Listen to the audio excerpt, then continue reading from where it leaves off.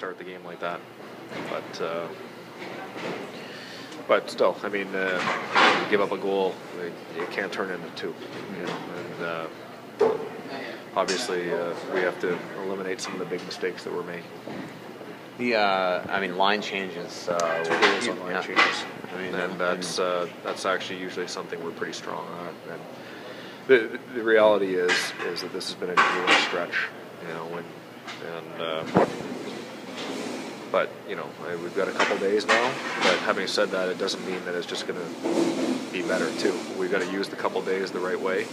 Got to make sure that we get the rest that we need, and we got to get focused on this final stretch. Are you starting to hit that concern mode now? No. That's the last thing that we need. You need focus on the next game, and that's it.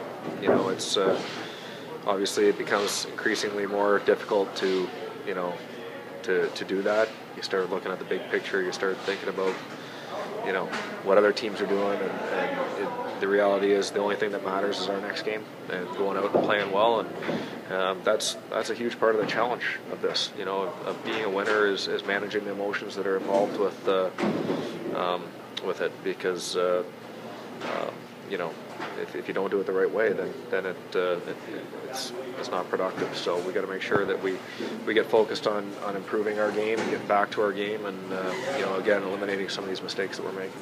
And back to your game, forechecks have been few and far between. Again, I'm not one for making excuses. You know me, but you know, you can see it on the video that we don't have the legs. You can see it in the game tonight that, you know, we got one guy going and F2 and F3 are dragging their feet coming up the ice. It's not because we're not working.